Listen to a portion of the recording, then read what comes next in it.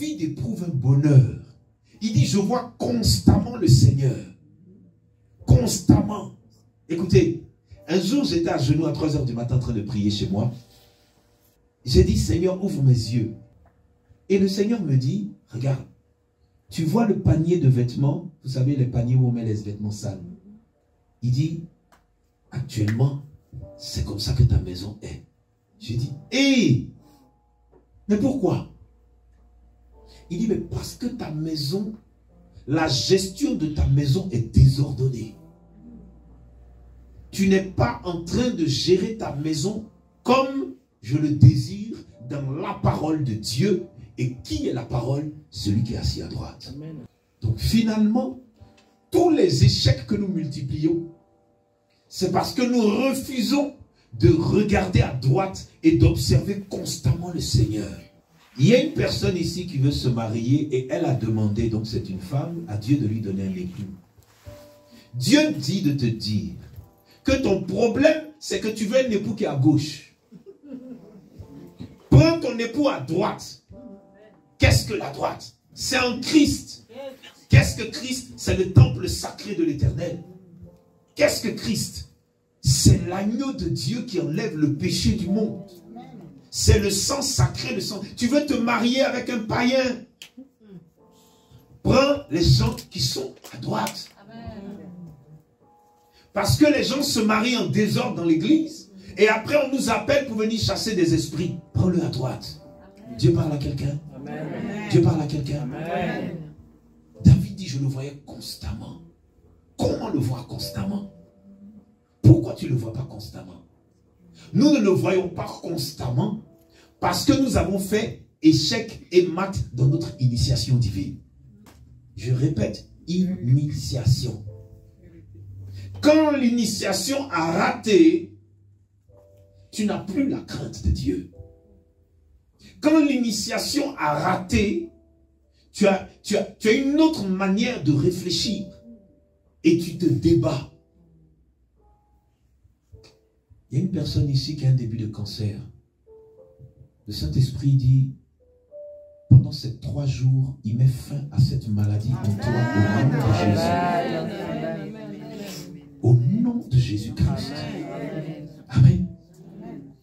Je voyais constamment le Seigneur devant moi parce qu'il est à ma droite. Afin que je ne sois point ébranlé. C'est pas lui qui est parti, qui a cherché la droite, c'est Jésus même qui s'est mis à droite. Il dit, je le voyais constamment parce qu'il est à ma droite. Amen. Et donc il dit, pour que je ne sois point ébranlé. Mais pourquoi David parle de ça? Parce que tu es dans un temps, nous sommes dans un temps où Satan est en train d'accélérer les choses. Ils sont en train de faire disparaître l'argent. À Paris, ils ont déjà fait disparaître les tickets de métro, les tickets de train, etc. Pour que tout soit digital.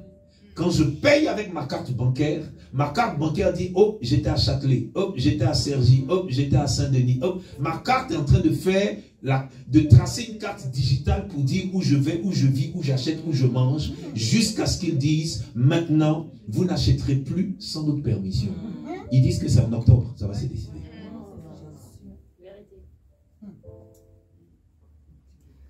Donc Satan accélère, Jésus aussi accélère. Et là Jésus, il se tient au-dessus. Écoutez, il faut lire Ézéchiel 1.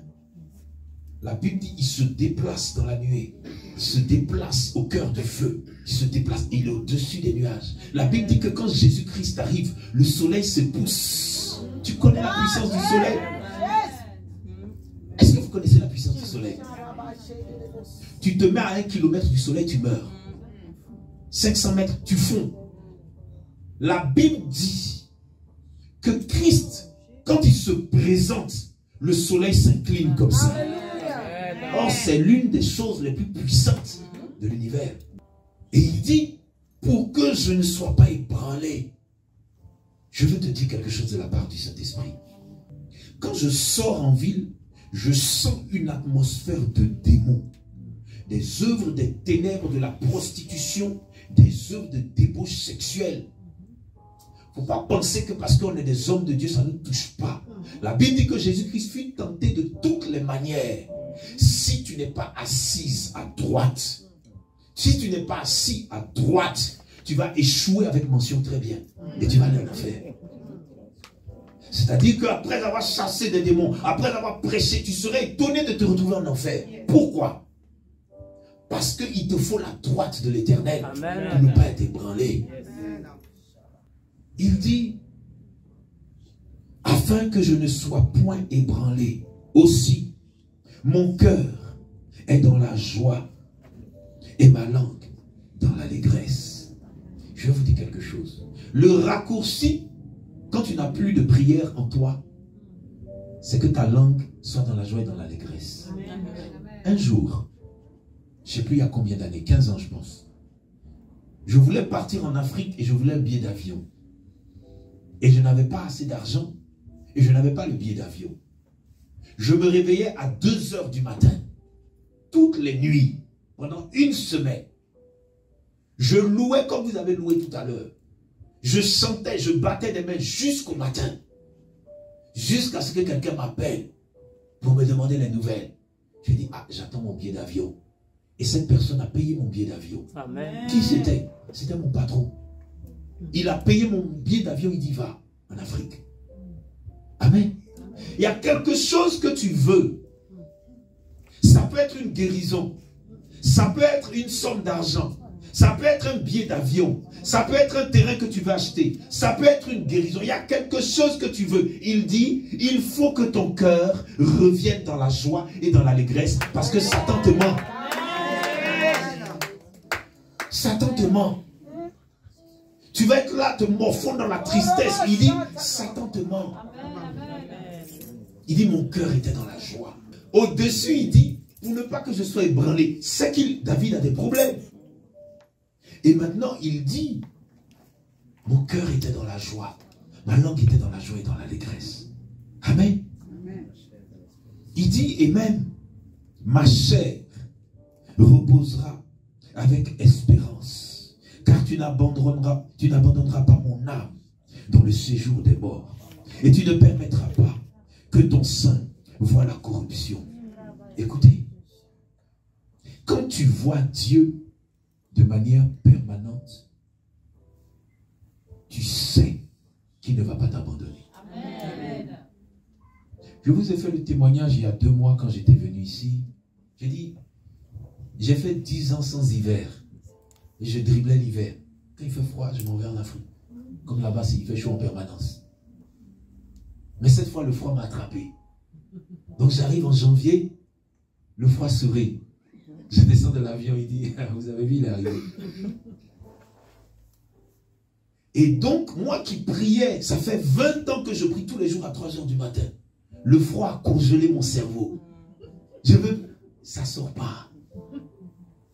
Je veux prier, rien ne sort. J'appelle mon épouse, je dis, chérie, mon cerveau est congelé, je ne peux plus prier. Donc maintenant, tous les matins, tous les soirs, je dis, Saint-Esprit ne m'abandonne pas, je dors. Je ne prie pas. Le matin, je me réveille, Saint-Esprit ne m'abandonne pas, je me lève. Le soir, je reviens, Saint-Esprit ne m'abandonne pas, je dors. Pendant 15 jours, 3 semaines comme ça. Et puis, il y a une force qui est venue de la droite du Père. Que quelqu'un dise une force. Que quelqu'un dise une force. Il y a une force qui est venue de la droite du Père. J'ai commencé à faire 3 jours de jeûne par semaine. Vendredi, samedi, dimanche. Vendredi, samedi, dimanche. Vendredi, samedi, dimanche. Vendredi, samedi, dimanche. Amen. Amen. Et donc, à un moment donné, le Saint-Esprit a déclenché un temps de prière. Et quand il a déclenché le temps de prière, bah, j'ai repris la flamme de feu. Amen. Écoute, il y a quelque chose que tu n'arrives pas à toucher parce que tu t'es éteinte ou tu t'es éteint.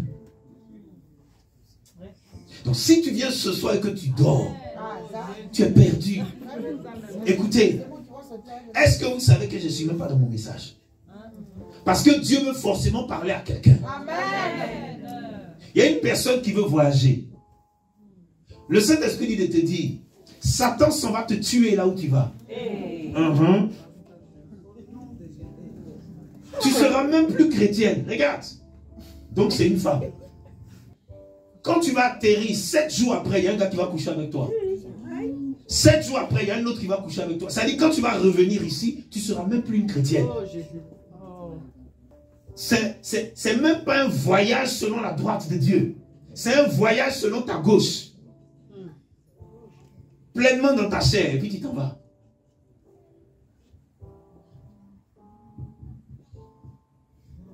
Il dit, c'est-à-dire, mon corps ne va pas voir la corruption. Dans quoi tu es? Dans quoi tu es? Et puis Dieu a permis que tu viennes ce soir pour entendre quelque chose de sa part. Il dit, dis un seul mot pour moi. Un seul mot.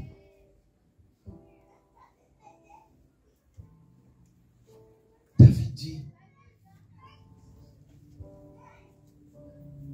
tu m'as fait connaître les sentiers de la vie. Vous voyez, merci Saint-Esprit. Il n'y a pas longtemps, j'ai un ami qui est décédé. C'est même pas mon ami, même, c'est une connaissance comme ça. Et à l'époque, en 2003, j'habitais dans le 17e arrondissement, il vient me rendre visite. Il était avec l'un de ses amis. Et je les exhortais, je leur disais, sortez du copinage, sortez des copines, sortez des go, des trucs comme ça, sortez des copains, sortez de ça. Ils disent, mais toi quand tu étais dans le monde, tu en as eu, non? Je dis oui. Il dit, mais laisse-nous profiter de la vie. Alors je vous parle, il est au cimetière. Et il s'en va en enfer. Parce qu'il voulait vivre.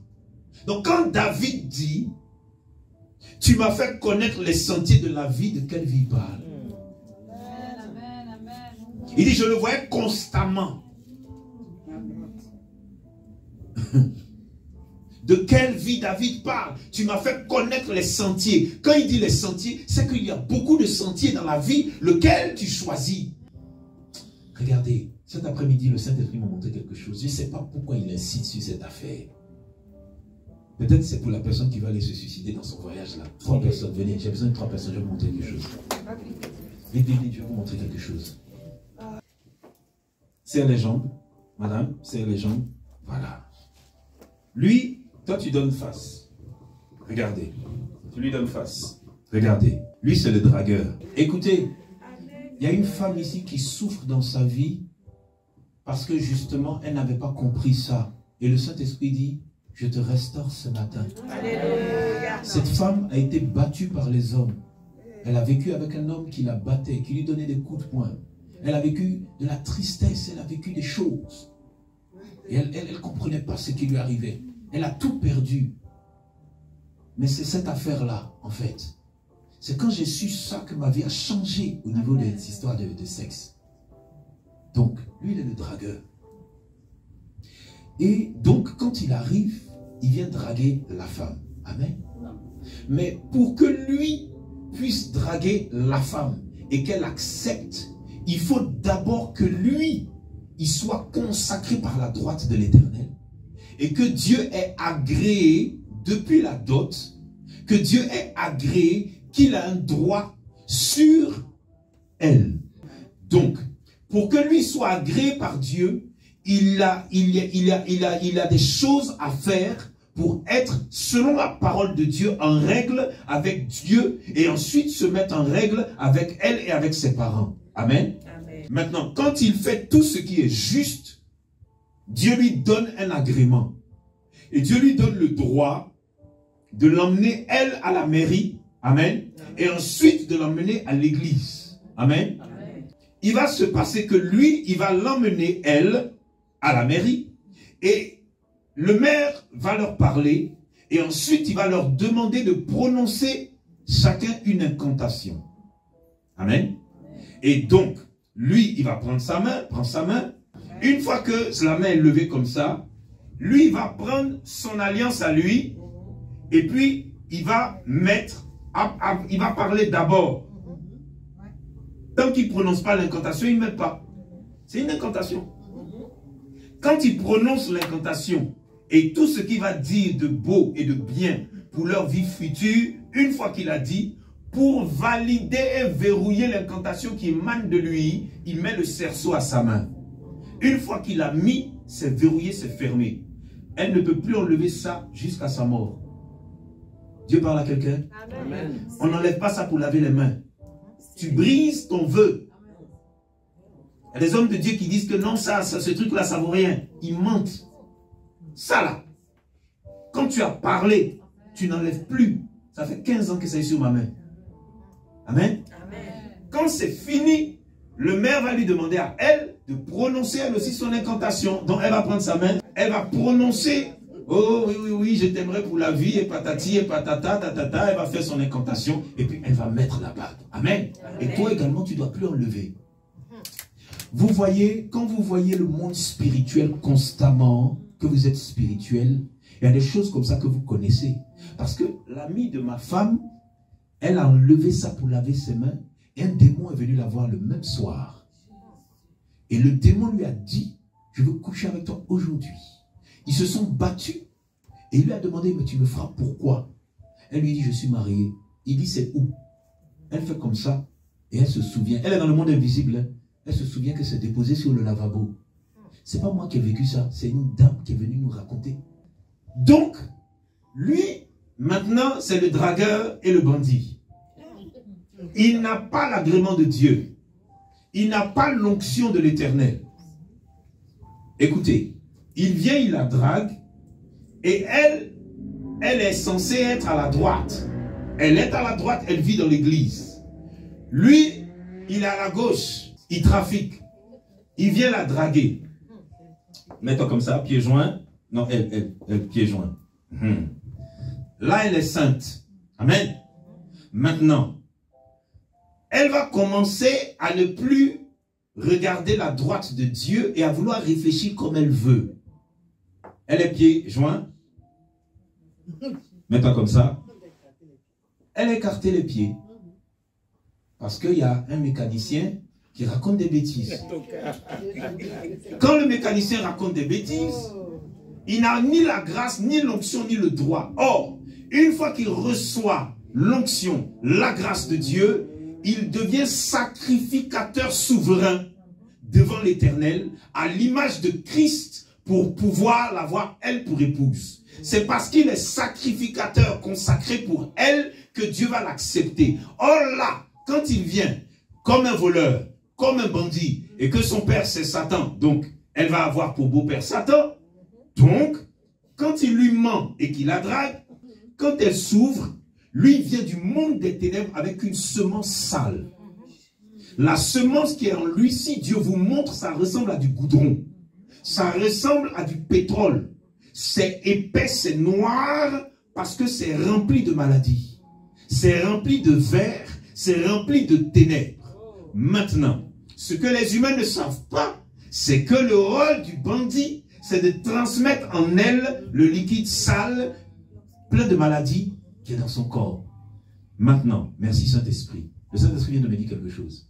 Ce qui est en lui, le liquide qui est en lui est contaminé par des esprits. Maintenant, les esprits vont se transmettre par le temps de jouissance. C'est-à-dire que le temps de jouissance de 60 secondes, sinon 5 secondes là, les démons passent de lui à elle. Parce que c'est un moment où tu perds ta force. Et quand tu perds ta force, boum, les démons passent. Une fois qu'il transmet que les démons passent, lui, l'esprit méchant et mauvais, les pieds, les jambes, hop, il est passé. Il a passé le premier voile. Soit elle était vierge, il est passé, il a déchiré l'hymen, soit elle ne l'était pas, donc il y avait déjà des démons qui avaient introduit des choses en elle, lui vient compléter. Donc j'espère que tu es assise là, tu n'es pas là pour des gens qui te complètent chaque jour. Sinon que ça prenne fin aujourd'hui. Il est passé. Et quand il est passé, il a passé le premier voile que Moïse a créé dans la tente d'assignation. Quand il a passé le premier voile, je l'avais déjà expliqué, hein, puisqu'il a passé le premier voile, elle va commencer à faire une dépression. Elle va commencer à faire une dépression. Elle va commencer à ne plus voir clair. Elle va commencer à être détachée de Dieu. Elle va être détachée de la droite de Christ. Et elle va vivre des choses qu'elle ne comprend pas. Elle ne connaîtra plus sa droite de sa gauche. Pourquoi? Parce qu'il y a un être impie qui est passé. Comment il est passé? C'est elle qui l'a laissé passer. Maintenant là, c'est trop tard, il est dedans. Ici, elle le voit tous les jours. Elle parle avec lui. Mais en fait, il n'est plus là, il est entré. Elle voit le monsieur, son corps. Mais en réalité, l'âme, l'esprit, lui, il est entré. Maintenant, quand il est entré, pour pouvoir mieux la détruire, ici, là, il était sur le parvis. Ici, il est dans le lieu saint.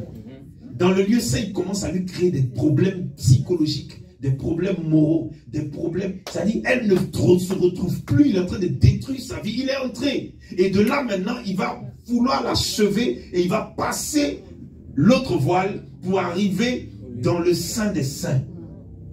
C'est-à-dire que, sans qu'elle ne se rende compte, il est en train de devenir une seule chair. Il est en train de... Écoutez, il y a des choses graves qui se passent. Et David dit, moi je voyais constamment mon Seigneur. Toi, qu'est-ce que tu vois constamment? Parce qu'ici, il y a des gens qui voient constamment des soutiens-gorge. Les gens qui voient constamment des slips. Il y a des gens qui voient constamment tout et n'importe quoi. Il y a des gens qui voient constamment n'importe quoi. Ils sont avec nous ici, ils voient n'importe quoi. Et Satan est en train de jouer avec l'église. Parce que l'église n'est plus concentrée sur la droite de Dieu. L'église est concentrée sur les hommes de Dieu. L'église est concentrée sur les servantes de Dieu. C'est-à-dire que quand l'homme de Dieu même arrive, ou bien la servante de Dieu arrive, on fait des causeries de 2-3 heures au téléphone pour rien. Parce que tu ne changes pas. Donc la causerie sert à quoi? Amen. Il y a un problème. Et ça, c'est quelque chose parmi tant d'autres. Parmi tant d'autres. Amen. Soyez bénis, allez vous asseoir. On peut acclamer Jésus. Et donc, le Seigneur dit, c'est dans sa présence que j'ai trouvé la délivrance.